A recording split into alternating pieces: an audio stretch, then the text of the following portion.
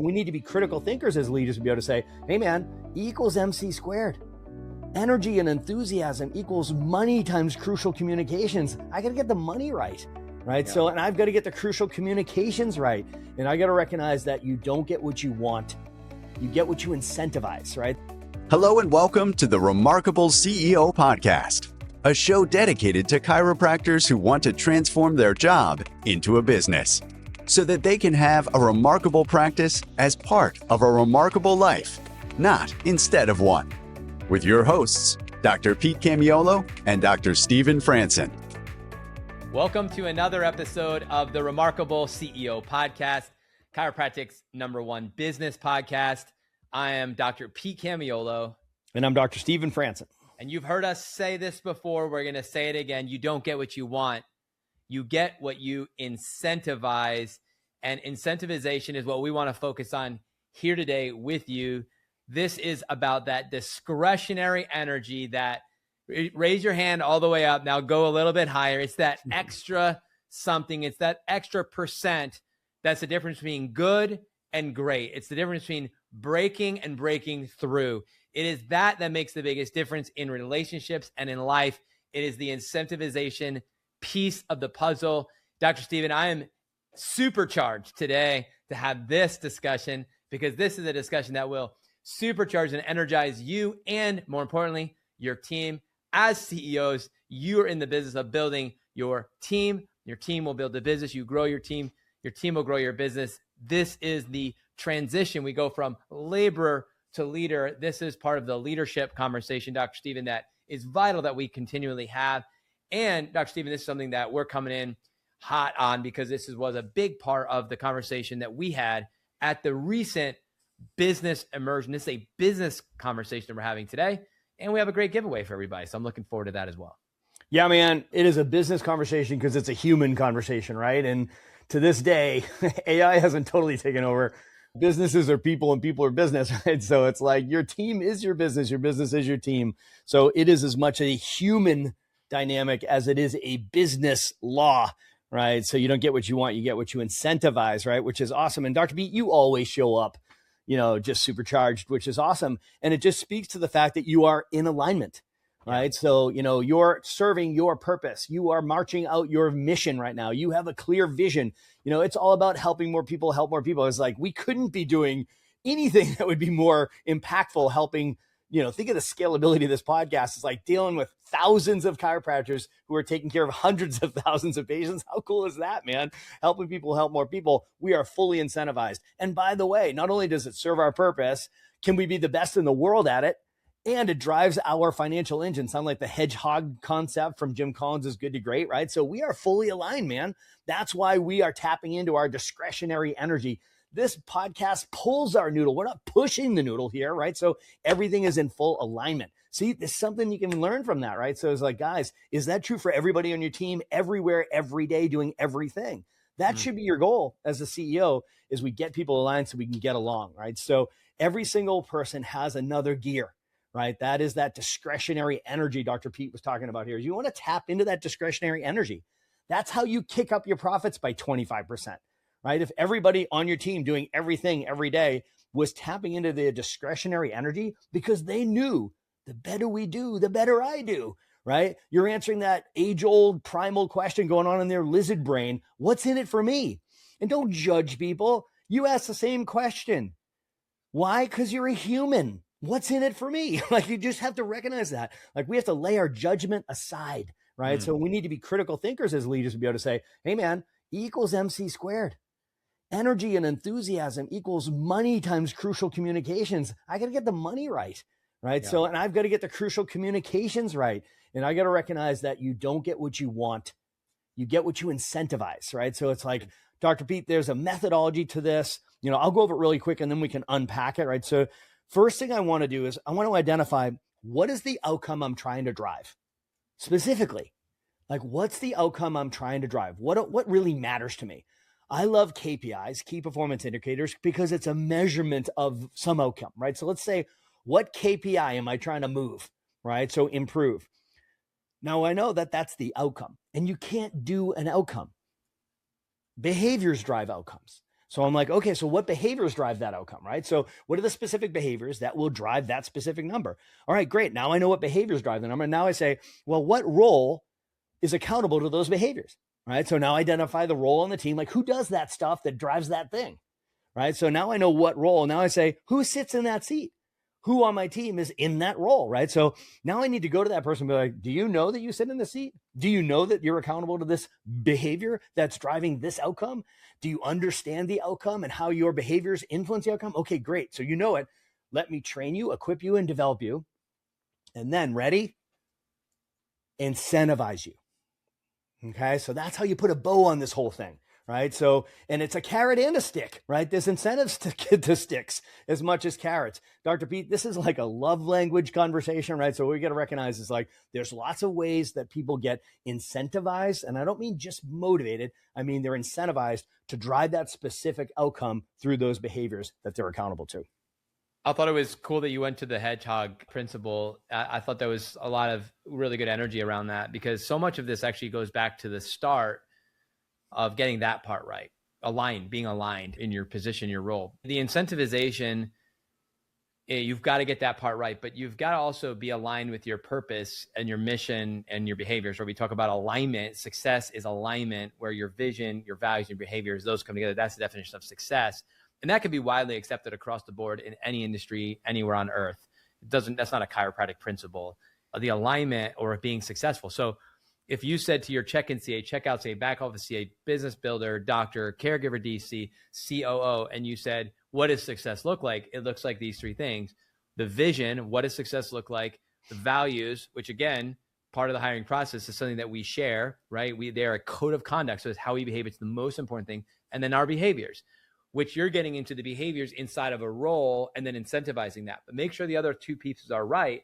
We're going into the third piece of the puzzle to get right, to make sure that we're in alignment, because that's where success is in the nexus of those three things coming together. And you use this podcast as an example.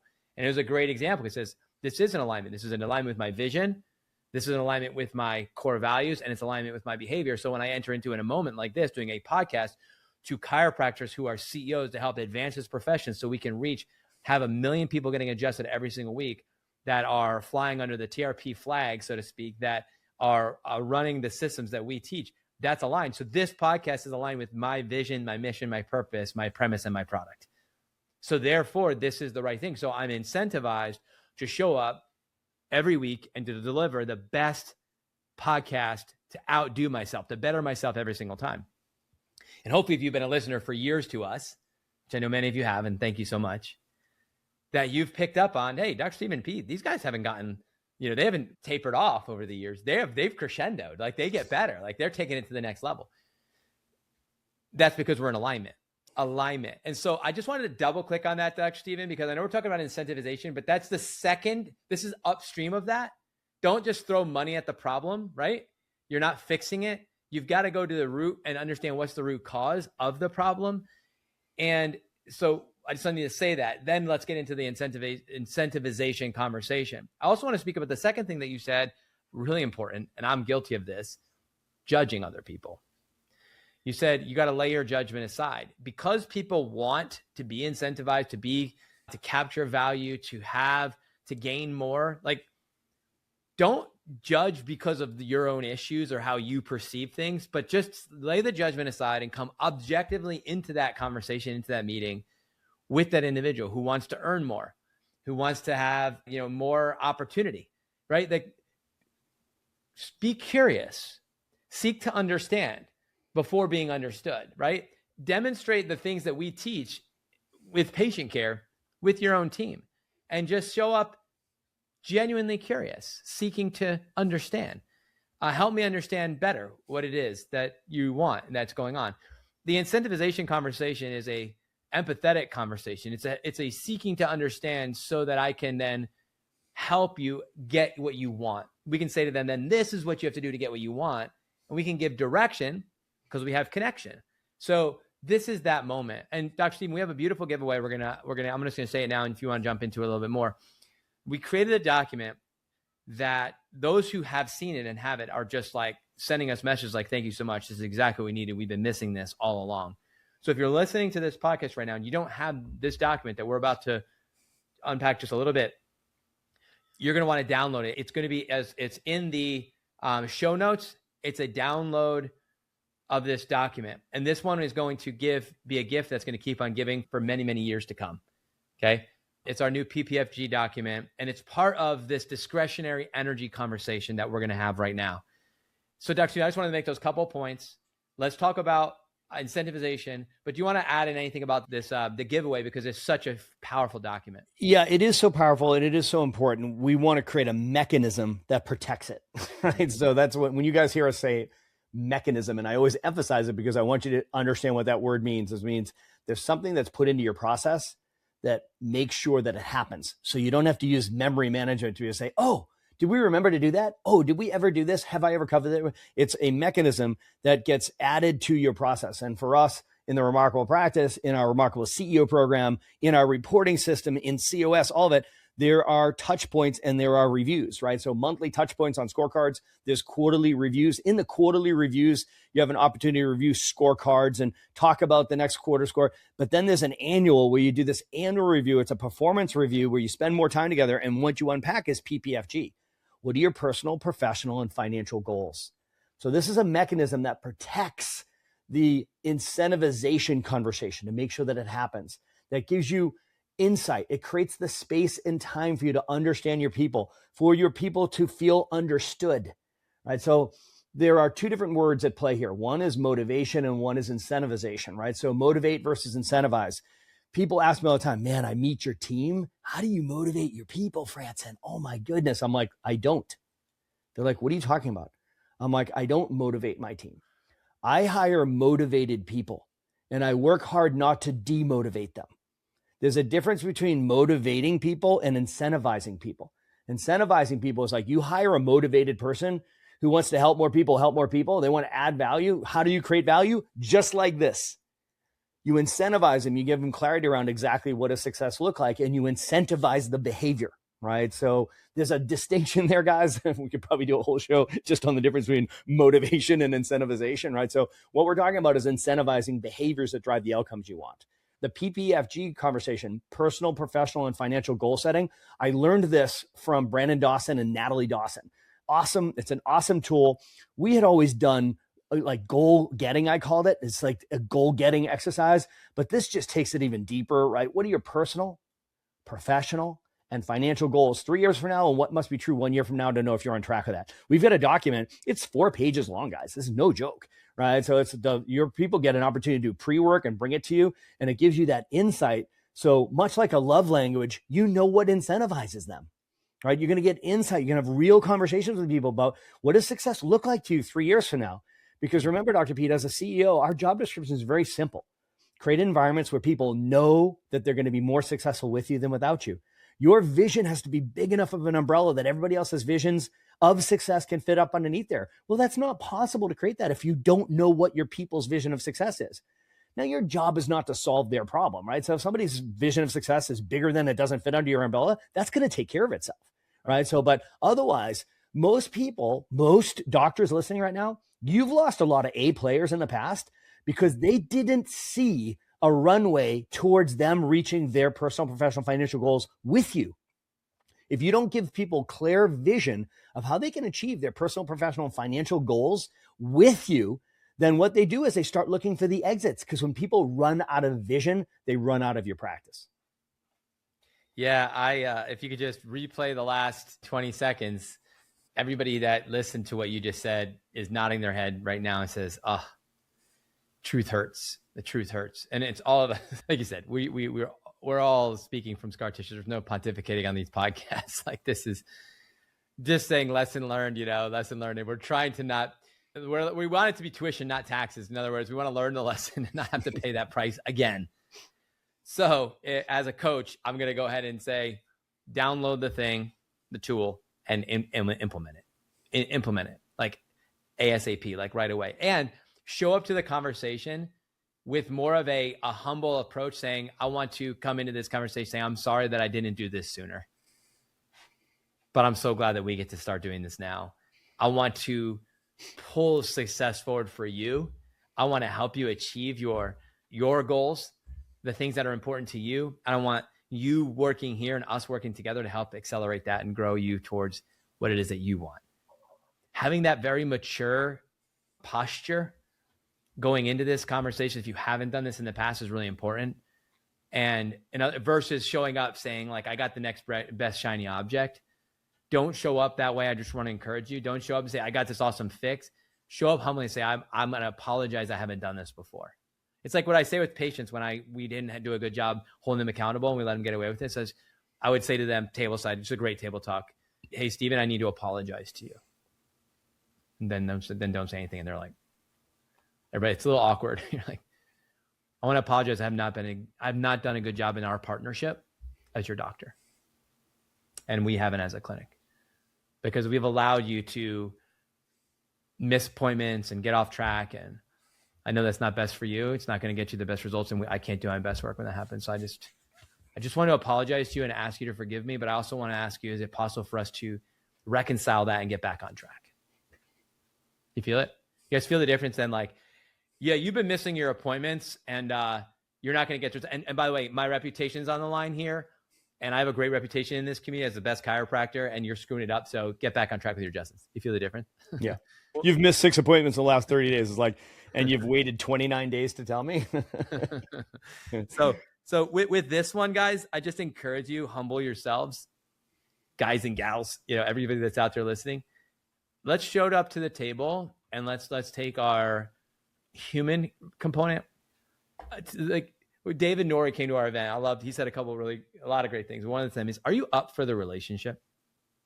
Are you up for the relationship? Are you up to get the relationship part right inside of your business, your organization? If you are, then this would be something that I would highly encourage you to integrate immediately, because we're in the human resources, right? People are the greatest gift that we have. It's the human relationships, the human side of it. And when you get to know your people, and I'll tell you, Dr. Steven, they say the person that gets the greatest value is the gift giver, not the gift receiver. This is that moment for you. You want to start filling your tank with discretionary fulfillment. Start blessing people in your organization. You want to feel better. I learned that from John Ruhlin. He talked about in giftology, he talks about the power of gifting. The only person that feels happier than the person who received the gift is the person that got to give it. And when you get to help people achieve their personal, their financial, their professional goals, and you get to be a part of that, it just will fill you so much. You're going to find so much more meaning and value and fulfillment. You talk about your energy being the chief energy officer. You know how you get your energy up? This.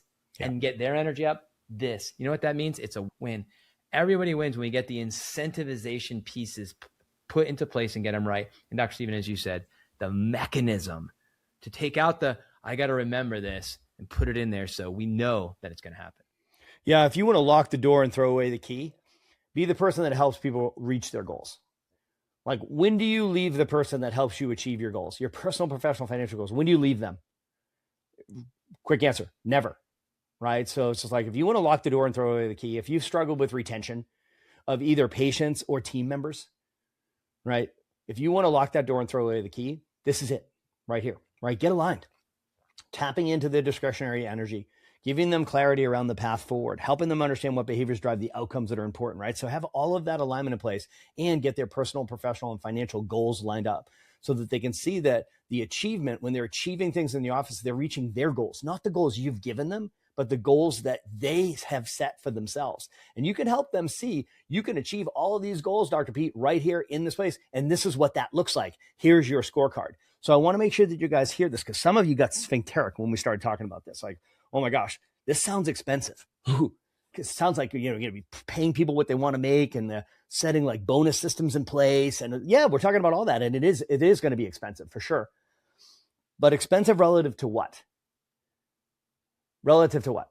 Like relative to losing A players, to losing momentum, to your practice staying flat or contracting? Listen to me loud and clear. The most expensive thing you'll do this year is not grow. The most expensive thing that any of us will do this year in our business is not grow, period. Hard stop.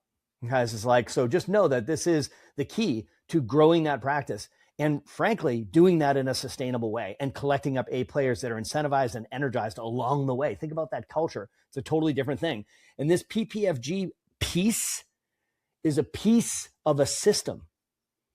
So when we talk about our system, the Remarkable Practice system, it's a piece of a system, right? And like you hear us say, we know you're tweaking the system, right? And if you're tweaking it, you weaken it, right? So this PPFG doesn't live alone in a vacuum. You got to say, oh yeah, just let people set their personal, professional, financial goals and you're off to the races. No, you've got to make sure that your business is modeled properly, right? You've got to get your practice model right. You got to get your business model right. You got to get your financial modeling right. You got to get your reporting system right. So you're setting scorecards and KPIs that are intelligent so that you know at the end of the day, if people are hitting their goals and winning, you are crushing it.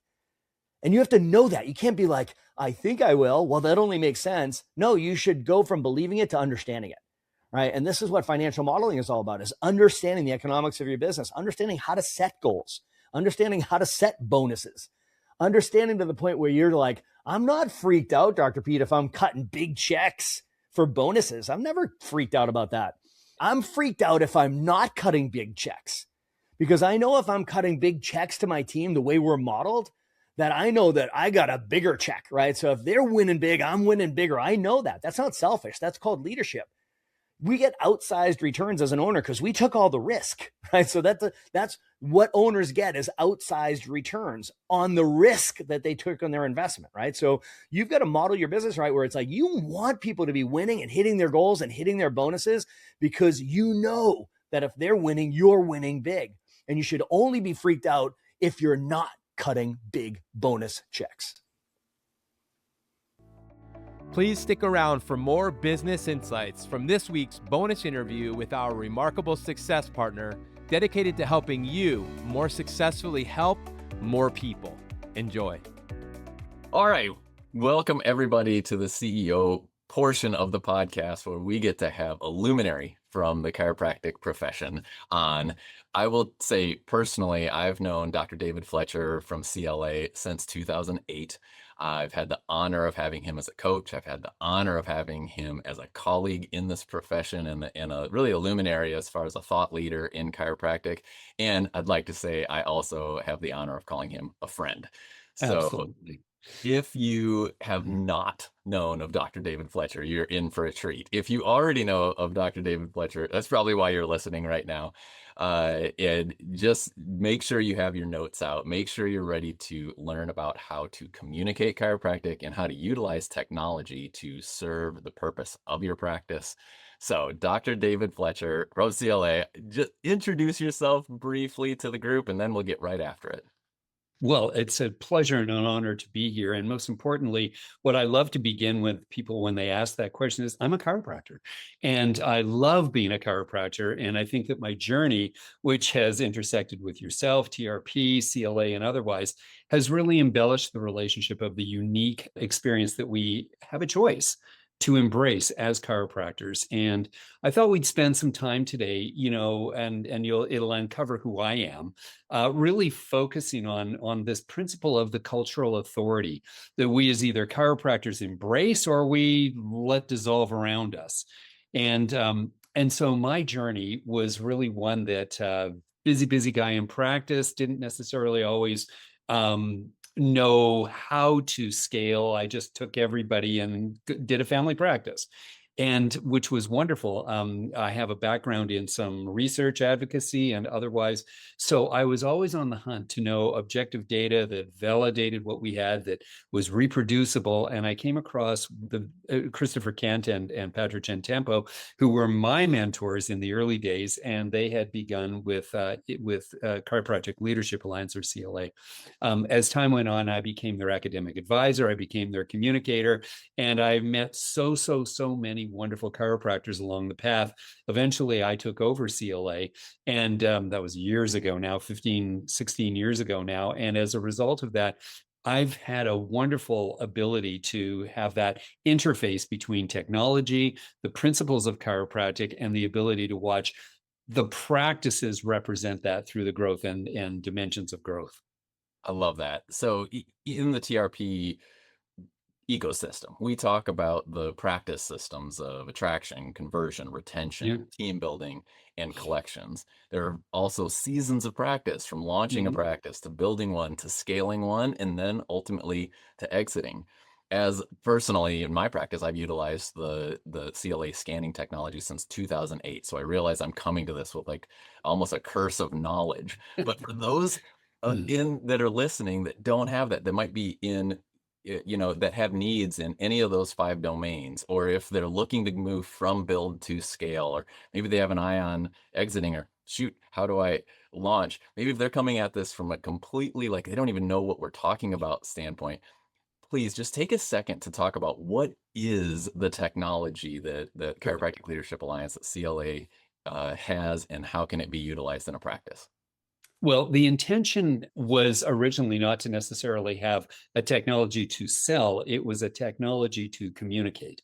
And the reason that that was so powerful was that this cultural authority that I was talking about is and was getting dissolved. And we are starting to recognize chiropractic as more of a spine therapeutic rehabilitation model. When in truth, the philosophical model that drove us to begin CLA and to embrace that message was the principle of neurocentricity, meaning everything that we function in as human beings is relatable to the clarity within our nervous system, or coherence as we have it. So we wanted to help people understand that the impact of a vertebral subluxation went far beyond the spine, but was the source of the eminence of the expression of potential. And so we said, how can we identify where there are interference patterns within the central nervous system? So we focused primarily on the two largest divisions. Sensory is more subjective. So what we did was we focused on the motor nervous system by identifying how to read EMG as it relates to energy expenditure. And then we looked at the autonomic nervous system in 2 dimensions, one, the global set points, and we pioneered heart rate variability within chiropractic. And then we also utilized thermography to look at the spinal connection to the control of the organs and glands through the autonomics. To put it very simply, our 3-tech scanning gives you a 360 view of the ability of that person to interpret themselves in their environment and how much it's costing them to be out of sync with their environment. And it's a beautiful piece of technology. Yes. That's that's great. And I loved what you said there, where we didn't create technology to sell, we created No, technology to communicate. And that's, from within the practice is what you're speaking of. It's not about how to sell more care plans. It's no, not about at how all. to communicate with clarity what's going on in the nervous system. And I'll tell you, having certainty in communication is one of the biggest ways to retain people in practice. And this is one of the Yeah. biggest pain points that we have in chiropractic is there's a lot of stuff out there about attraction. There's a lot of stuff out there about conversion and helping people commit to care plans. But in the retention world, yes, through remarkable practice, we have a whole set of systems on how to retain well. But at the core of that is having certainty in your communication with people. And I know from my practice, boy, the technology has paid for itself time and time and time again. If all I looked at was retention, not including attraction when I use it screenings, not including conversion when I'm able to communicate with people in their early care as well. Let's talk a bit from the business owner side of things, from scaling your practice, and Yeah. by that utilizing, leveraging team where perhaps you were doing something before. Can you speak to the technology's power within a practice to allow the owner of the practice to leverage this technology and their team to take the practice to another level? Absolutely. I think I got kind of quoted and famously sort of conceptually brought forward around this kind of conversation that says you get paid to the level at which you communicate and deliver with certainty. And one of the things that's so critical is that we're doctors, and what we are clinical scientists, each and every one of us. And what we actually get paid for is not identifying where a subluxation is or identifying where a problem is that we can interact with, but how we can manage a care plan. And to do that, what we need to do is have objective data that we can track and compare to, while at the same time bring our patients, clients, however we refer to them, into our world so they see that we have this tell, don't sell principle of what it is that we do. And one of the most important aspects of that is that objective data gives us the certainty. That's what we're going to get paid for, but it acts as an invitational platform so that people realize that you are delivering what you say you can deliver. And at the same time, they are embracing it so that they are deciding how they're going to let that impact their lives and change their lives around that. And that's always why we wanted to get into this whole model of interfacing easy to use technologies. Now, from a CEO perspective, it has to be efficient. It has to deliver the team relationship and otherwise. We have scaled this down so that it's wireless technologies. Yes, there's 3 different texts that we apply in one examination, but the examination takes anywhere from 5 to 7 minutes in totality. So there's no blocks. It's staff driven, meaning that the staff are trained and they can deliver repeatable exams, reproducible exams. So the doctor has the confidence clinically, has the certainty in communication, and has now what we refer to as a neuroplastic care planning, juggernaut that's sitting in there. So if anybody challenges them, whether it's on an academic level or on an insurance-based level or otherwise, there is a foundation now.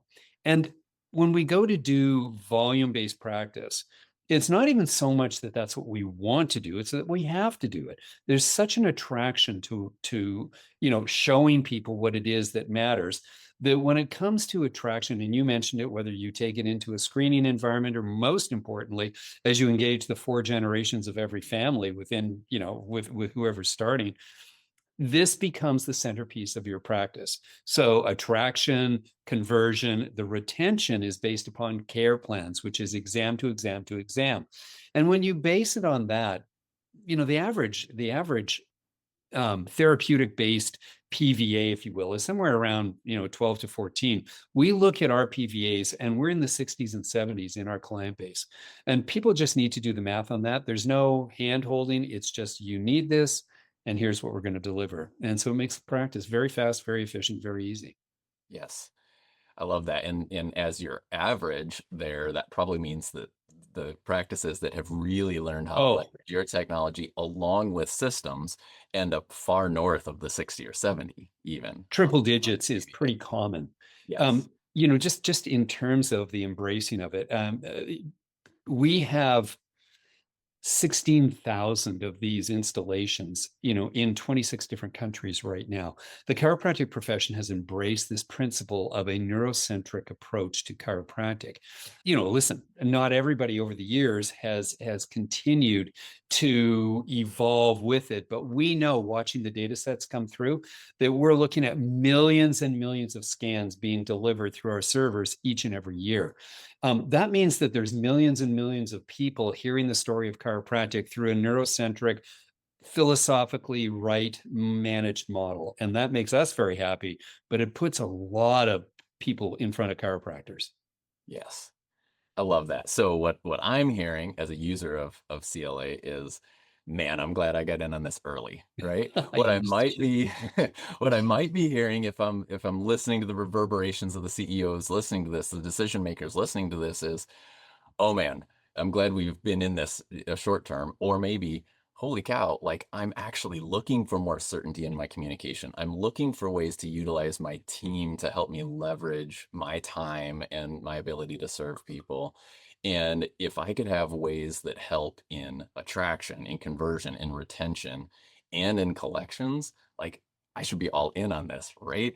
Yeah. And certainly, as an advocate of CLA and the technology, I'd say absolutely. I think what you've said there is the ROI is obvious. If you're a practice that's hanging out in the, teens, maybe the 20s with your PVA, just imagine, just do the math on your collection visit average on what it would mean for a case to take that to 60, 70. The ROI is obvious. And the how quickly you get that return back is going to be simply based on how quickly you train yourself and you train your own team systems to get this thing up and running and communicate it to your people. Well, if we're talking business and numbers, let me share with you, as I came on the call, I thought, let me take a look. So I had my team look in the server banks, and I talked about millions and millions of them, and we divided, it was real simple math. We just divided the number of clients that are actively scanning not just that we've installed with, but actively scanning in this, and said how many scans across the universe are being done. On average, this is on average through our network, 126 scans per month. Okay. Now, on average, each one of those, and some people are charging $300 a scan, and other people are charging $30 a scan. But on average, we recommend that there's whatever you charge for a cash visit is what you would charge for a progressive scan. So let's just go on the low side that it's $50. The realities is that this is generating, in exams alone, not retention or not attraction or otherwise, it's delivering $6,600 each month in just exam fees associated with recurring examinations. On average, we have people that are doing 400 and 500 scans on a monthly basis. We have lots of those people. So just imagine the decision that they were making and putting those numbers in play every month in their practice just from exams. Yes, absolutely. The math is easy, and the impact is huge. Right? The impact of communicating chiropractic in a way that people understand it better, they can go tell others about it better. It's why the technology was created, right? For communication. So at this point, hopefully people are wondering, how in the world do I get my hands on this stuff? So, thank you and CLA for being great success partners with the Remarkable Practice. Give the listeners a sense of how do they get in touch with you? How do they learn more? How do they get in contact with you? Which is a wonderful way. So the website, which has won, I don't know how many awards, because it does a lot of really cool journeys that you can go on through it, is insightcla.com. And you will, I'm sure, put this on, the notes, et cetera, and whatever else. But in there, we also realized that, and I said it before, is that we're clinical specialists, each and every one of us. And so there is an entire library of downloadable ebooks. Obviously, the website itself profiles the technology, does case studies, and does a lot of interviews, if you will, with users that are in there. So testimonials and otherwise, get a feel for the people that use our technology. More importantly, go and download some of these fantastic ebooks that we've been able to present over the years. Dig in, and here's one of the most exciting things. Honestly, we don't refer to them as salespeople or representatives. They're inside advisors. Our skilled team really is somebody who's going to handhold you. And I used the term invitational before. We really focus on inviting people to see a critical shift, which we refer to as conversion. But it's this critical shift, not away from or dismissing where you are, but a shift towards this efficiency so that you can scale, so that you might find an exit that's faster than you thought it was. Chris, you talked about the seasons that we're in. We're all in them. At some point, it doesn't go on forever, meaning you practice. You got to make some decisions. Maximize your opportunities now so that when it comes time to scale and when it comes time to exit, you've made the right decisions at the front end of this career. Yes. Excellent.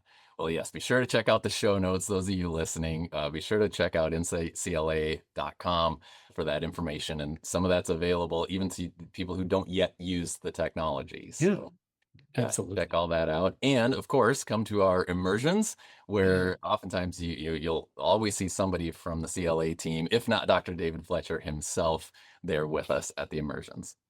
I absolutely circle each immersion on my calendar. CLA loves being along with TRP in its journeys, and we've been doing it. I think we were the first success partner that was associated with TRP. So we have a long and wonderful relationship with each and every one of the. That's why, because we value the same things, and that's what makes friendships, but collaboration so perfect.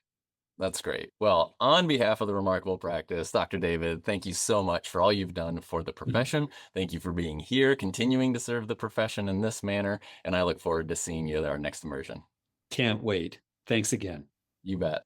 Thanks for listening to this episode of the Remarkable CEO Podcast. If you like this podcast, please subscribe, share with a friend, and leave us a review. And if you'd like to connect with us personally, direct message us on Facebook, LinkedIn, or Instagram. Remember, what the world needs now is chiropractic, and what chiropractic needs now is more successful chiropractors.